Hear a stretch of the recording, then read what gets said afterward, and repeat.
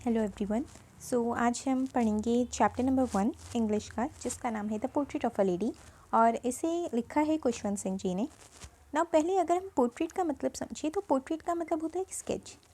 तो खुशवंत सिंह जी ने एक स्केच बनाया है एक लेडी का, जिसे उन्होंने शब्दों से बनाया है, राइट। तो उन्होंने अपने वर्ड्स का यूज़ किया उस स्केच को डिस्क्राइब करने के लिए। अब इस स्केच को न सिर्फ उन्होंने एक फिजिकली डिस्क्राइब किया है कि वो दिखता कैसे है, बल्कि उसके कैरेक्टर को भी डिस्क्राइब किया है कि वो असल में कैसा था, वो जो स्केच है जो उस लेडी का। एंड यहाँ पे लेडी की जो बात हो रही है वो बात यहाँ पे इनकी ग्रैंड मदर की बात हो रही है। तो उन्होंने अपनी ग्रैंड मदर का पोर्ट्रेट बनाया है शब्दों से। अब इस चैप्टर को पहले आप मेरे साथ रीड कर सकते हैं एंड देन मैं आपको इसको समझाने का ट्राई करूँगी। So let's read. My grandmother, like everybody's grandmother, was an old woman. She had been old and wrinkled for the 20 years that I had known her. People said that she had once been young and pretty and had even had a husband. But that was hard to believe. My grandfather's portrait hung above the mantelpiece in the drawing room. He wore a big turban and loose fitting clothes. His long white beard covered the best part of his chest, and he looked at least 100 years old. He did not look the sort of a person who would have a wife or children. He looked as if he could only have lots and lots of grandchildren. As for my grandmother being young and pretty, the thought was almost revolting. Some often told us of the She often told us of the games she used to play as a child. That seemed quite absurd and undignified on her part, and we treated it like the fables of the prophets she used to tell us. सो यहाँ पर दो चीज़ों के बारे में बताया गया है। फर्स्टली ऑथर हमें बताते हैं कि वो अपनी ग्रैंडमदर को किस नज़र से देखते थे, मतलब उनकी ग्रैंडमदर उन्हें कैसे दिखती थी। एंड सेकेंडली उन्होंने ये भी डिस्क्राइब किया है कि वो अपने ग्रैंडफादर के बारे में क्या सोचते थे। तो पहले ग्रैंडमदर की बात करें।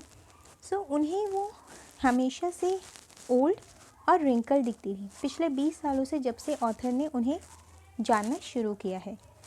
जिस टाइप की, तो वो ये बताते हैं कि उनकी जो ग्रैंडमदर है, जैसे हम सबकी ग्रैंडमदर दिखती है, वो वैसे ही ओल्ड और रिंकल थी पिछले 20 सालों से, जब से ऑथर ने उन्हें जानना शुरू किया है। वो बोलते हैं कि आसपास के लोग बोलते हैं कि वो एक ज़माने में बहुत ही खूबसूरत थी, यंग एंड प्रिटी, और उनका एक हस्बैंड भी था। बट वो फैक्ट जो है वो बहुत ही अनबिलीवेबल लगता है ऑथर को। तो यहाँ पे अनबिलीवेबल की जगह एक वर्ड यूज़ किया गया है जिसे आप अपनी डिक्शनरी में शामिल कर सकते हैं, जो है हार्ड टू बिलीव। तो ऑथर के लिए ये बात it's very hard to believe कि उनकी ग्रैंडमदर जो उन्हें पिछले 20 साल से वैसे ही दिखती है, बूढ़ी और रिंकल्ड, वो एक ज़माने में कभी प्रिटी भी रही होंगी और कभी एक्टिव भी रही होंगी और कभी उनके हस्बैंड भी रहे होंगे। तो ये बात बहुत ही डाइजेस्ट करनी उनके लिए बहुत मुश्किल हो जाती है। फिर वो अपने ग्रैंडफादर का बारे में भी डिस्क्रिप्शन देते हैं और उनके बारे में भी उनके यही ख्यालात थे। तो उनका ग्रैंडफादर का जो पोर्ट्रेट है वो ड्राइंग रूम में रखा हुआ था। उसमें वो उसका फिजिकल डिस्क्रिप्शन देते हैं उस पोर्ट्रेट का, कि उनके ग्रैंडफादर ने एक बहुत बड़ी सी पगड़ी पहनी हुई है और बहुत ही ढीले ढाले से कपड़े पहने हुए हैं। सो ढीले ढाले मीन्स लूज फिटिंग। और फिर वो और डिस्क्राइब करते हैं अपने ग्रैंडफादर को कि उनकी एक बड़ी सी लंबी सी वाइट बियर्ड थी, सफ़ेद दाढ़ी, जो उनकी पूरी चेस्ट तक आ रखी थी, और वो बहुत ही ऐसा लगता था कि वो पता नहीं कितने पुराने होंगे। तो यहाँ पे उन्होंने एक सेंटेंस यूज़ किया है जो कि एटलीस्ट 100 ईयर्स हो, मतलब कम से कम वो 100 साल के तो लगते ही थे। तो इट डजंट मीन कि वो सच में 100 साल के थे। तो ऑथर का मतलब यहाँ पे थोड़ा एग्जैजरेट करना है। एग्जैजरेट मतलब जब हम बढ़ा चढ़ाकर बात को बोलते हैं। फॉर एग्जांपल आपने बोला होगा कि आप 100 बार आपने कोई फिल्म देखी होगी, बट दैट डजंट मीन कि आपने सच में वो फिल्म 100 बार देखी है। जस्ट कि आपने इतनी बार देखी है, आप बस उसको बड़ा चढ़ा के बोलते हैं कि आपने 100 बार देखी है। सो लाइक दैट कि वो अपने ग्रैंडफादर के बारे में सोचते कि वो कम से कम 100 साल के तो लगते होंगे, मतलब ही वॉज वेरी ओल्ड। फिर वो आगे अब अपने थॉट के बारे में बताते हैं कि उनका थॉट क्या था उनके ग्रैंडफादर के प्रति। तो वो बोलते हैं कि वो ऐसे बिल्कुल नहीं लगते थे कि जिनके पास कभी वाइफ और या फिर बच्चे रहे हों, क्योंकि ऑथर भी उन्हें वैसे ही, क्योंकि वो पोर्ट्रेट था, मतलब वो एक फ़ोटो थी, तो वो उन्हें वैसे ही देख रहे थे, बहुत ही बूढ़े से 100 ईयर्स ओल्ड। तो उनके लिए ये बात बहुत ही हार्ड टू बिलीव थी कि उनकी कभी वाइफ या फिर बच्चे भी रहे होंगे, क्योंकि वो इतने बूढ़े थे। तो उनको ऐसा लगता था कि उनके सिर्फ lots and lots of grandchildren ही रहे हों। फिर वो वापस से अपनी ग्रैंड मदर का डिस्क्राइब करते हैं। फिर वो बोलते हैं कि अब अगर मैं अपनी ग्रैंड मदर के बारे में भी सोचूं, तो उनका यंग और प्रिटी होना बहुत ही मेरे थॉट्स, मतलब जो मुझे सच में दिख रहा है, जैसे फॉर एग्जांपल उनको बूढ़ी दिख रही हैं, और अगर वो ऐसा सोचे अपने थॉट में कि वो कभी प्रिटी रहा करती थी, तो ये बहुत ही रिवोल्टिंग है। तो रिवोल्टिंग रिवोल्टिंग मतलब कोई भी चीज़ जो रेपेल करे। तो किस चीज़ को रेपेल करी थी ये थॉट कि वो बहुत यंग रही होगी, उनकी सच्चाई को, क्योंकि सच्चाई में वो हमेशा उनको बूढ़ी ही देख रहे थे, रिंकल दिख रहे थे। So that's why he has use this phrase, the thought was almost revolting. Next वो थोड़ा और आगे हमें बताते हैं, she often told us of the games she use to play as a child. तो ग्रैंडफादर, आपके भी ग्रैंडमदर ग्रैंडफादर बताते होंगे कि वो बचपन में किस टाइप के गेम्स खेलते थे जब वो आपकी उम्र के थे। तो उनकी ग्रैंडमदर भी ऐसे ही उन्हें बताती है कि मैं ऐसा कुछ खेलती थी जब मैं तुम्हारी उम्र की थी, जब मैं छोटी थी। बट वो बताते हैं कि ये सब चीज़ें, कि उनका छोटे होना या फिर उनका गेम्स खेलना या फिर उनका यंग होना बहुत ही एब्सर्ड, एब्सर्ड मतलब कोई भी जिस चीज़ का लॉजिक ना हो। तो वो बातें जो है वो उन्हें बहुत एब्सर्ड मतलब बहुत इलॉजिकल और अनडिग्निफाइड, अनडिग्निफाइड मतलब बहुत सिली सी चीज़ कोई, तो बहुत ही उन्हें ये बात बहुत ही सिली और बहुत ही इरेशनल, मतलब कि जिसका वो लॉजिक नहीं समझ पा रहे थे कि कोई अगर ऐसा बूढ़ा इंसान है और मैं उनको पिछले 20 साल से ऐसा बूढ़ा ही देख रही, तो ऐसे कैसे हो सकता है कि वो किसी टाइम पे मेरी तरह ही एक्टिव रही होंगी या गेम्स खेलती होंगी या प्रीटी रही होंगी या उनका एक हस्बैंड होगा। So that's what author said कि ये बहुत ही absurd and undignified on her part लग रहा था। And we treated it like the fables of the prophets she use to tell us. और फिर क्योंकि उनकी ग्रैंडमदर उन्हें कहानियाँ सुनाती थी गॉड्स की या कोई भी टेल्स, जैसे आपकी ग्रैंडमदर भी सुनाती होंगी, तो ये जो उनका ऐसा खेलना बचपन में, जिस चीज़ को ऑथर इरेशनल या फिर इलॉजिकल मांग रहे थे, वो ऐसा समझ रहे थे, क्योंकि कहानी को भी वैसा ही समझते थे, तो वो ऐसा समझ रहे थे कि ये बिल्कुल एक कहानी की तरह जैसे उनकी ग्रैंडमदर उन्हें सुनाती है। She had always been short and fat and slightly bent. Her face was a crisscross of wrinkles running from everywhere to everywhere. No, we were certain she had always been as we had known her. Old, so terribly old that she could not have grown older, and had stayed at the same age for 20 years. She could never have been pretty, but she was always beautiful. She hobbled about the house in spotless white with one hand resting on her waist to balance her stoop and the other telling the beads of her rosary. Her silver locks were scattered untidily over her pale, puckered face, and her lips constantly moved in inaudible prayer. Yes, she was beautiful. She was like the winter landscape in the mountains, an expanse of pure white serenity, breathing peace and contentment. Okay. Now, first part में हमने देखा कि author ने physically describe किया था जैसे वो अपनी ग्रैंडमदर को देखते थे, बट अब वो डिस्क्राइब कर रहे हैं कि वो अपनी ग्रैंडमदर को फिजिकल के साथ साथ उनको इंटरनली भी कैसे देखते हैं। सो वो बताते हैं कि उनकी ग्रैंडमदर जो है हमेशा से short, fat and slightly bend है, ये उनका फिजिकल डिस्क्रिप्शन है कि वो दिखती कैसे थी उनकी बॉडी। सो वो फैट स्लाइटली बेंड मतलब जैसे बुढ़ापे में थोड़ा आदमी झुक जाता है। सो that was what he meant when he said slightly bent. Her face was a crisscross of wrinkles, so running from everywhere to everywhere. Now this is again a beautiful thing to note. Everywhere to everywhere मतलब कि कोई ऐसी जगह थी ही नहीं जहाँ पे wrinkles ना हो, तो इसीलिए मतलब वो wrinkles and wrinkles running from everywhere to everywhere, this is an expression you can learn. तो ऐसे वो बता रहे हैं कि ऐसी कोई जगह उनकी बॉडी में नहीं थी जहाँ पे wrinkles हो ही ना। तो अब वो दोबारा से अब अपने आप को श्योरिटी दिलाते हैं कि नहीं, अगर मैं कभी कोई गलती भी, अगर मतलब पहले अगर उनको श्योरिटी नहीं रही हो कि नहीं हो सकता मैं गलत ही सोच रहा हूँ कि मेरी ग्रैंडमदर इतनी ज़्यादा ओल्ड नहीं दिखती हो, पर फिर वो ये वाली मेमोरी रिकॉल करते हैं कि वो उनकी तो सारी बॉडी पे उनकी रिंकल ही रिंकल थी। तो नहीं, मैं मतलब बिल्कुल सर्टेन हूँ कि वो ऐसे ही दिखती थी। तो सर्टेन मतलब श्योर।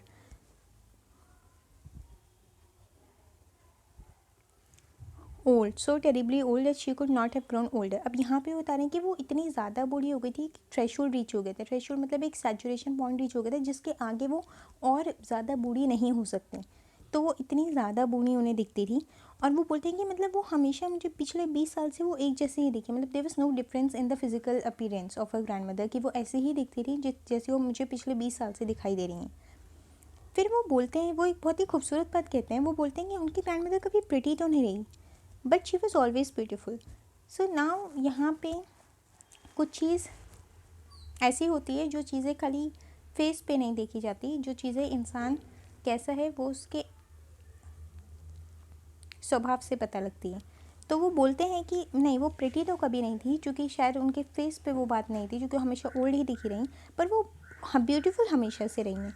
तो जितना भी ऑथर ने उनको ऑब्जर्व किया वो बोलते हैं कि मतलब उनके अंदर ऐसी कुछ बातें थी कि मतलब खूबसूरत थी, वो प्रिटी नहीं थी। तो जब हम प्रिटी किसी को कहते हैं तो हम एक्सटर्नल ब्यूटी की बात करते हैं, और जब हम ब्यूटीफुल किसी को बोलते हैं तो हम ओवरऑल बोलते हैं इंसान को। नेक्स्ट वो बोलते हैं, अब वो बताते हैं कि उनकी ग्रैंडमदर रहती कैसे थी घर में। तो वो बताते हैं कि उनकी ग्रैंडमदर जो है वो हमेशा शी हॉबल्ड अबाउट द हाउस।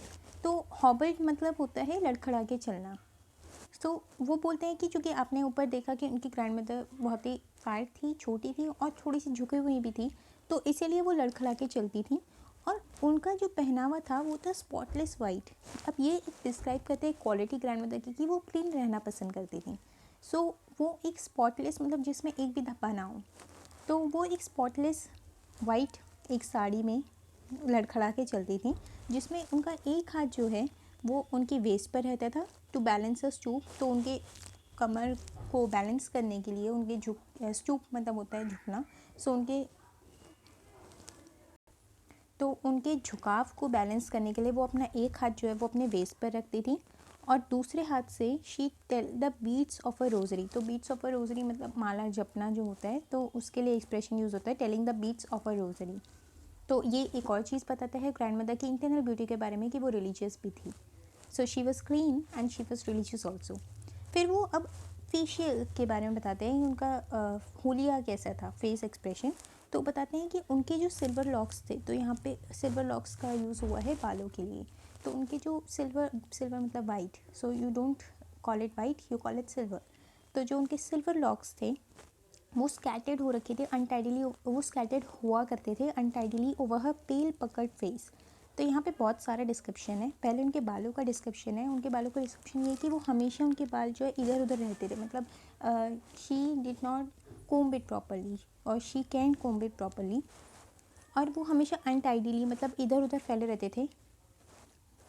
तो ये उनके बालों का डिस्क्रिप्शन है। एंड देन उनके फेस का डिस्क्रिप्शन है कि उनका फेस जो है एक पेल पकड़ फेस था। सो पेल मतलब होता है जैसे कि आपने कभी देखा हो कि किसी की तबीयत ख़राब हो गई हो ऐसा कुछ, तो उनका फेस बहुत पेल दिखता है, मतलब ऐसा लगता है कि there is a loss of blood on their face. तो पेल मतलब एक येलोइश सा कलर स्प्रेड होता है, एंड जो lack of blood actually show करता है। एंड पकड़ मतलब होता है झुर्रियों से भरा हुआ। सो स्किन जहाँ पे फोल्ड होती है, सो इट्स लाइक पकड़ फेस। मतलब उनके आपने देखा होगा अपने ग्रैंडफादर या ग्रैंड मदर को भी, तो उनका फेस जो है वो पकड़ होता है, मतलब कि उनकी झुर्रियाँ रहती हैं सारे फेस में, तो झुर्रियों के एक फोल्ड्स रहते हैं पूरे फेस में। तो यहाँ पे उनका फेस का डिस्क्रिप्शन है। देन उनके लिप्स का भी डिस्क्रिप्शन है। वो बोलते हैं कि उनके लिप्स जो थे वो हमेशा मूव करते थे, move in an inaudible prayer. So inaudible prayer मतलब वो अपने मन ही मन में, मतलब आवाज़ नहीं आती थी, बस उनके लिप्स मूव करते दिखाई देते थे, और वो हमेशा प्रे करती रहती थी, जो एक और साइन है कि वो रिलीजियस थी। अब वो ये सब चीज़ें जब रिकॉल करते हैं, फिर उनके चेहरे पे शायद एक स्माइल आ जाती है खुशवंत सिंह जी के, और फिर वो ये लाइन लिखते हैं कि येस शी वॉज़ ब्यूटीफुल। तो वो ये सब जब चीज़ें रिकॉल करते हैं तो फिर वो बोलते हैं नहीं वो खूबसूरत तो थी, वो प्रिटी भले ही ना हो क्योंकि उनका शायद वो देखने में इतनी खूबसूरत नहीं है, बट वो ब्यूटीफुल ज़रूर थी। फिर वो अब यहाँ पे I think it's the most lovely sentence जो कि इस पूरे चैप्टर में है, एंड दैट वाज कि जब ऑथर ने अपनी ग्रैंडमदर की ब्यूटी को डिस्क्राइब किया है एक विंटर लैंडस्केप से। तो अगर आप कभी कोई जगह पे गए हों जहाँ पे माउंटेन्स जो हैं वो स्नो से कवर्ड होंगे, तो आपने देखा होगा कि वहाँ पे एक अजीब और खूबसूरत तरह की शांति होती है, और आप वहीं पर ही रहना चाहते हैं, राइट। सो यहाँ पे उन्होंने उस माउंटेन की खूबसूरती को, और जो इंसान वो फील करता है अंदर पीसफुल और अच्छा फील जो करता है, उसको रिलेट किया है उनकी ग्रैंडमदर की जो ब्यूटी थी उससे। So that's why it's a very very lovely sentence. तो यहाँ पे बोलते हैं she was like the winter landscape in the mountains, an expanse of pure white serenity, breathing peace and containment. So let me tell you the meaning first. So expanse मतलब होता है एक पूरा एरिया, एक एरिया को आप कह सकते हैं। तो एक्सपांस मतलब कि एक खुला एरिया, एंड प्योर वाइट मतलब कि बिल्कुल सफ़ेद, और सफ़ेद यहाँ पे खूबसूरती को बताता है। एक्चुअली सफ़ेद यहाँ पे बहुत सारी चीज़ों को बताता है। Pure white means it's peaceful, pure white means beautiful, and serenity मतलब होता है एक काम, एक एक हैप्पी स्टेट माइंड की। Breathing peace and containment. तो यहाँ पे थोड़ा सा देखने वाली बात है कि जब वो ये बोलते हैं कि she was like the winter landscape in the mountain and expense of pure white serenity, तो यहाँ पे an expense of pure white serenity वो माउंटेन्स, उन लैंडस्केप जो कि उस लैंडस्केप की जो बात कर रहे हैं, मतलब जहाँ पे माउंटेन जो हैं विंटर्स में जो हमें देखने को मिलते हैं, तो an expense of pure white serenity वो माउंटेन को भी डिस्क्राइब कर रहे हैं, उस प्लेस को भी डिस्क्राइब कर रहे हैं जहाँ पे हमें ऐसा दिखता है, और वो इससे अपनी ग्रैंड मदर की स्टेट को भी डिस्क्राइब कर रहे हैं। और फिर वो बोलते हैं breathing peace and containment. So peace मतलब कि एक शांति होना, एंड कंटेनमेंट मतलब हैप्पी होना, राइट। कंटेंट मतलब एक सेटिस्फैक्शन, और satisfaction is equal to happiness. So वो ये बोलते हैं अपनी ग्रैंड मदर की ब्यूटी को वो डिस्क्राइब करने के लिए यूज़ करते हैं उस विंटर लैंडस्केप का, जो बहुत ही खूबसूरत लगती है। And think that